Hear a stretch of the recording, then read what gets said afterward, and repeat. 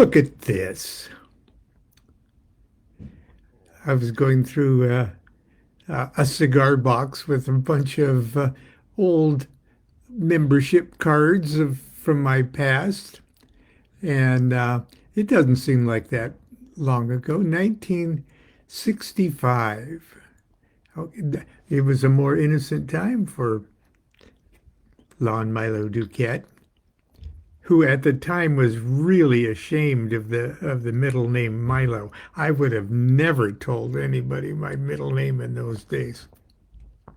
But anyway, I was probably a junior in high school in Columbus, Nebraska in those days. And my good friend, my best friend, uh, Chuck Saunders, and I went to, I believe it was Omaha, to watch a National Skateboard Champions demonstration because Chuck and I were both one of the early skateboarders. Okay, really. And he had gone to Chicago with his dad and brought us back just beautiful, beautiful laminated skateboards. Oh, and there's pictures of me uh, riding my skateboard through the high school commons area.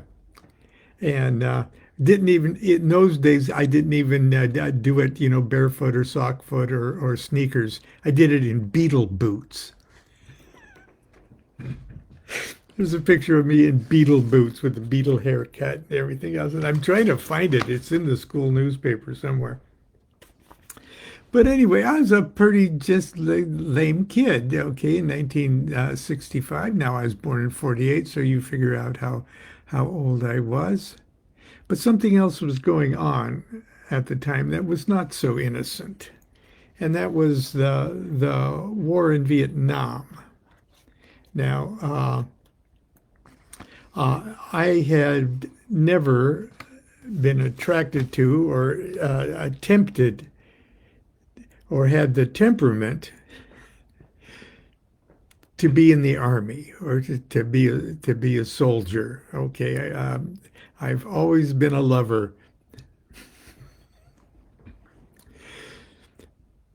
but there was a draft of boys my age going on to send people into that conflict.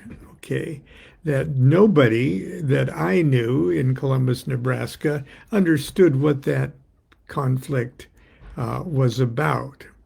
And it was uh, just the general thing that you did as you grew up. You graduated from high school, and then you probably joined the National Guard so you could go to go to college, and then you got married, and then you bought a house.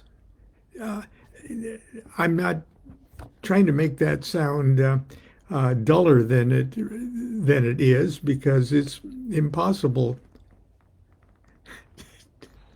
to make it sound duller than it was. But that's what you did. Okay, all through school and junior high and high school, you expected to get married, do 2 years or 6 months active duty, and go into the service. And but the service for most of the 50s did not include going to going to active combat duty. And the draft was a serious sort of Damocles hanging over the head of every young man my age. Now, today's talk is called the catalyst or something like that. The catalyst ca moments that become the catalyst that change your entire destiny. Well, one of those catalysts in my life was an English teacher in high school, Mr. Brown. Hope he's still alive and thriving. And Mr. Brown, he wasn't even my teacher. Okay, he taught sophomore English, but for one reason or another, I think he observed my reaction to the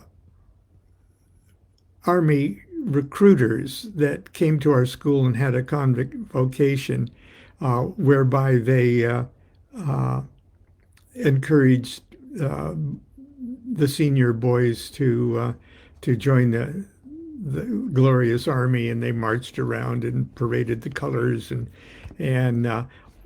most of the jocks, of course, the football players and everything else, were just all, God, shiny shoes and marching. That's for me. And I guess Mr. Brown noticed that I was not reacting in the same way. I was, I don't think I said anything, but the look on my face was, this is stupid shit. So he took me off in the hallway, and I thought he was going to bawl me out for just, being such a irreverent jerk, but he didn't. And we met after school for a few days, and he really gave me a very nice, unmilitant education on the history of the Vietnam conflict. Okay, and uh, and if you knew what the history was, there's no way that you would want to put your life on the line, you know, or at least that's the way I looked at it. And but anyway, in other words, he radicalized me. I mean, I didn't. He just opened my eyes to a bunch of stuff. Okay. And the most important thing at the time was that particular conflict was not in either my best interest or the soldiers' best interest or the interest of the true interests of the United States. Okay. And so I had become a high school anti-war activist. And that's where I've got a couple other uh, okay, what's the year? By then, in '66, I joined via email, or not email, but correspondence, the Student Peace Union, which was actively draft counseling and writing letters and things like that. So it was a very nice. It was like the student branch of the League for Industrial Democracy, which is labor unions and things like that. And they would send along protest kits so I could help other boys my age know what their alternative things that they could do to avoid going into the draft or cooperating with the draft. And soon thereafterwards, I became more seriously involved. So I joined the Students for a Democratic Society.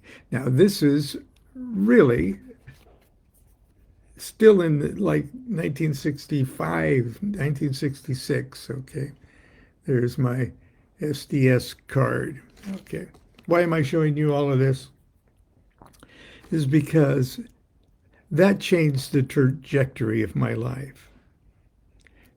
Mr. Brown's little conversations changed the trajectory of my life. Mr. Brown was a catalyst. Now, I'm not saying that had I been drafted, I would have been killed in Vietnam, because had I been drafted, I would have been killed in basic training. I wouldn't be here, okay? So that's very important. Why am I bringing this up today on June 23rd? Because June 23rd is of 1967 Now, I've moved out from Nebraska. I'm going to read you something from My Life with the Spirits that sort of encapsulates this. Uh, June 23rd, 1967 was the date of a real live bona fide police riot. Now, there's many riots that are citizen riots or militant riots, okay? But a police riot is when the police started. Okay. And most everybody else is unarmed. Everybody else is, armed with nothing more than cardboard signs and stuff. And there's beatings, and there's injuries, and there's permanent injuries, and there's deaths, all at the hands of the police, who should be there to protect these people. And my brother and I were at the planning, the demonstration planning of this several months earlier, which was a very interesting thing. We went to Los Angeles and stuff because we knew that there was police informants at the meeting. So the discussion at the meeting had to be sort of couched in allegorical terms and things like that. It was kind of funny. But anyway, here's this. Because this day, even though I wasn't at the police riot, my brother was. And him being there was a major catalyst that changed the trajectory, changed my destiny. Constance left Nebraska and came to live with me on June 15th, of 1967. The sweet distractions of our honeymoon prevented us from accompanying Mark and a nice young Quaker couple named, and I call them Carl and Elsa in the book, but it's Ron and Nancy. They're saints, gods in our pantheon now of memory. Prevented us from accompanying Mark and a nice young Quaker couple named Ron and Nancy to a peace demonstration on June 23rd in Los Angeles, California. This event would have a profound effect upon Mark and change all of our lives drastically. President Johnson was to appear at the Century Plaza Hotel in Los Angeles. It wasn't for an official speech, or it was a fundraiser. It was a perfect opportunity for the Southern California peace movement to mobilize the most massive demonstration to date against the continuing escalation of the war in Vietnam. Now, I just looked at Wikipedia this morning, and they put the estimated total of people at 10,000, which was pretty good for those days. The movement on the West Coast was made up primarily of young white adult students, teachers, and clergy, and liberal professionals, in corduroy coats with patches on the elbows, things like that, of the RFK or JFK RFK ilk. Okay. Just soft liberals, The day started with a festive love-in atmosphere that characterized earlier LA demonstrations. The crowd was composed of well-dressed young couples pushing baby carriages and spectacled college types in blue work shirts and corduroy jackets. Before sunset, these dilettantes would become violently committed political radicals. Everyone expected the scenario. Remember, this is Southern California. It is it's laid back, okay? It's really laid back, okay? Everyone expected the scenario to follow that of previous demonstrations. The demonstrations would position themselves in front of the hotel and chant as long and as loud as possible for the benefit of the TV news cameras. The police would eventually give their order to disperse, and everyone would boo and hiss for a few minutes and then return to their cars feeling defiantly self-satisfied. Return to their Volkswagen vans, like I had. This day would be different. 2 lines of riot-equipped officers sandwiched the entire assembly in front of the hotel. When the order came to disperse, the demonstrators were prevented from moving by the line of the officers that had lined up behind them. The officers in front of the hotel were ordered to advance on the crowd and use their batons on anyone who would not move. At the same time, the officers in back of the demonstration were ordered to use their batons on anyone attempting to move back. Now, all of this was substantiated in many hearings about this event later. So in other words, they sandwiched 10,000 people, and they beat them if they would not move back, and they would beat them if they tried to move back with their billy clubs. For 25 bloody minutes, the police clubbed away in a shameful attempt to make sure every demonstrator got a taste of the baton. News bureaus around the country called it the worst police riot since the 1930s.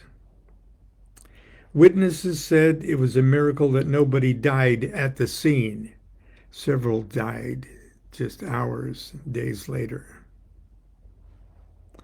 Scores were seriously injured and hospitalized.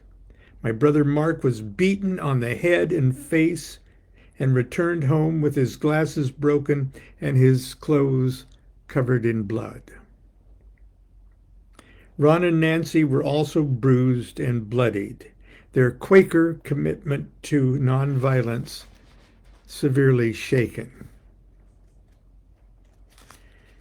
The events on June 23rd instantly polarized the political consciousness of Southern California, and frankly, much of the rest of the country. Moderate Democrats, or non-committed, became what we would call ultra-liberal. And ultra-liberals became radicals, and radicals became militants. Shocked by the brutality, but steadfast in their position, moderate Republicans became really conservative, and conservatives became ultranationalists, and ultranationalists became fascists.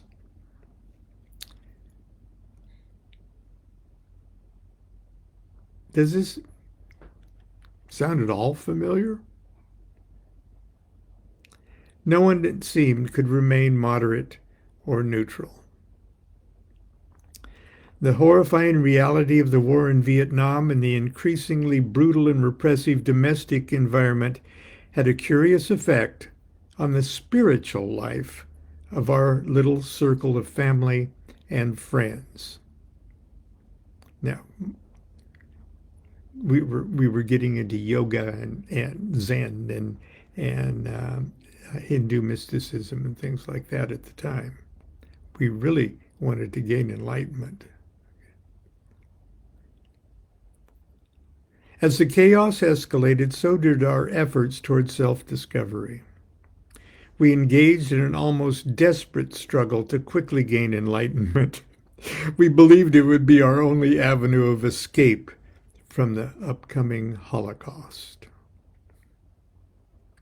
Constance and I were married in November, and I simply stopped going to college. I don't even remember when I did. I'd go to a few classes when Constance and I were first married. I just stopped. Incidentally, I did register for the draft. And I did receive letters. And I moved to California. I registered in Nebraska, moved to California. And they did forward me mail from the Selective Service. Mail that I just never opened. I don't know if I was drafted or not.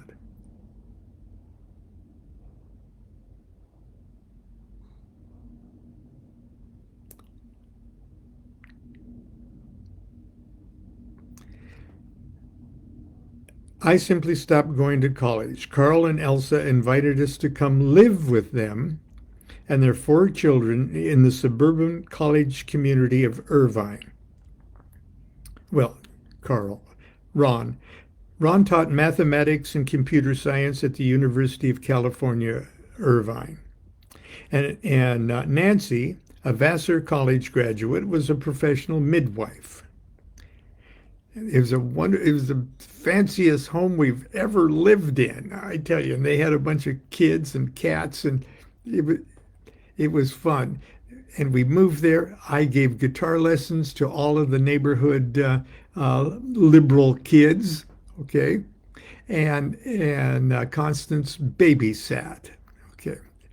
And it was so weird. There was a whole community of university teachers, professors, and stuff, all very smart, all very, of course, educated and liberal. And Constance and I were these almost hippie kind of people, okay? And we introduced the neighborhood, okay, because Nancy would hold these fabulous sit on the floor dinners, okay, for the neighborhood people who were all involved in the anti-war movement and things like that. And Constance and I would teach them how to smoke marijuana, and we were teaching them to be hippies and to be cool. I'm not exaggerating, okay? I'm not exaggerating. We became the neighborhood's token hippies and were instantly embraced by the local liberal establishment yearning to breathe hip.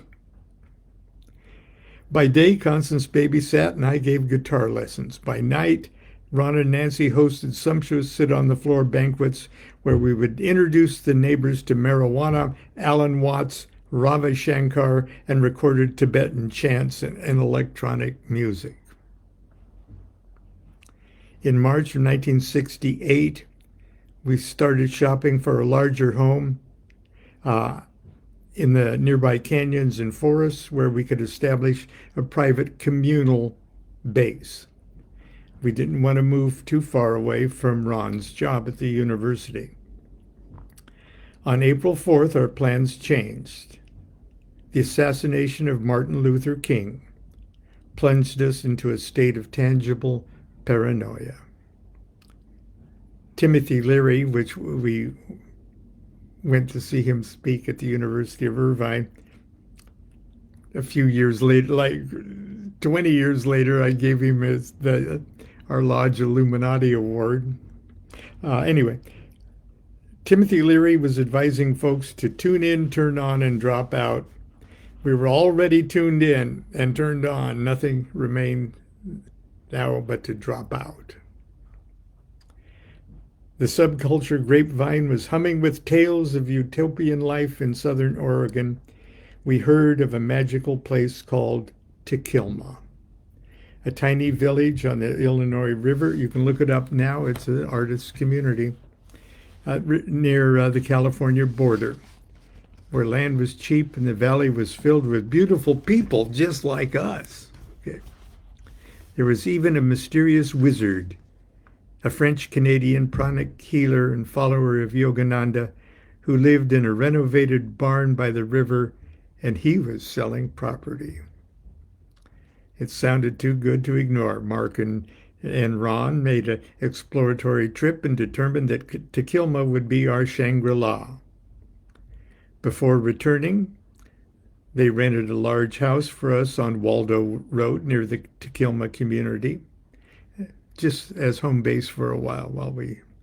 The Waldo house had electricity and indoor plumbing and would afford us the opportunity to wean ourselves from the luxuries before we plunged completely into the primitive world of rural hippiedom. Our plan was to headquarter there until each couple could buy land that would be suitable for building our own cabins.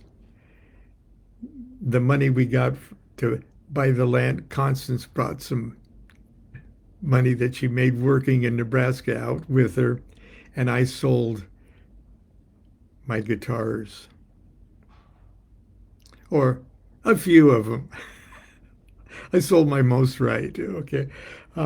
Anyway, on May morn, after selling nearly everything we had except guitars and books, Constance and I set out for Tequilma along with Mark, his wife Margaret, Ron and Nancy, their 4 children, and 13 cats. There we hope to build our own homes and live quiet lives of fasting, meditation, and study. There we intended to achieve perfect illumination before the world blew apart. The catalyst to that event was the June 23rd police riot. Okay. This idea of every moment of our lives is a catalytic moment that is changing or could be looked at as changing our destiny. In my little book, incidentally, that whole narrative is a short chapter in my book, My Life with the Spirits. Actually, it's one of the first books I wrote. It's like a biography, but I was really young when I wrote it. Okay. Anyway, I wrote a little thing about, I don't know what I called it, the tarot of, let's see, New Year's Eve tarot. So I did a little catalyst for every tarot card. And because we were talking about the Tower card the other day, here's what I had to say about the Tower card. Because in a way, that June 23rd experience was a Tower experience. What we're going through right now is the Tower experience. The Tower, the house of God. A tower high by God's own hand is blasted. But the world would stop, all life would die, if forever had it lasted. Destruction is the catalyst. The tower's decree is clear. By war and danger, you'll be transformed to greet the coming year. Okay. Anyway, that's it. If you're at all curious and perhaps might be thinking that I'm exaggerating about this June 23rd thing, just go to Wikipedia. Here's how it starts off. The 1967 Century City Anti-Vietnam War March, also known as the 1967 Century City Police Riot, was an anti-Vietnam War protest which took place on June 23rd, 1967, in the Century City neighborhood of Los Angeles. Beginning with a demonstration against the war by an estimated 10,000 people, the march was soon halted by a contingent of Los Angeles police, the LAPD, who began assaulting protesters, later claiming that they believed the mob was forming. In the end, 51 arrests were made and an unknown number of protesters were left injured. This proves another thing, that the LAPD can be brutal enough on their own. They don't need the freaking National Guard to brutalize a demonstration. And they certainly don't need the Marines.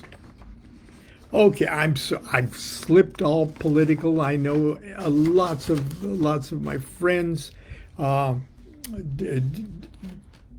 don't lean that way politically, and I love you anyway, okay? And I don't expect you to, and it has little or nothing to do with all the things we have in common spiritually. But it does bleed over in spots, and in those spots I can't ignore. Anyway, that's it for today. I have to get ready for Monday night magic class tonight. I think we've got some new people coming that I met at the Masons on Saturday. So until tomorrow, for probably a parking lot Tuesday, continue to be good to yourself and be good to each other.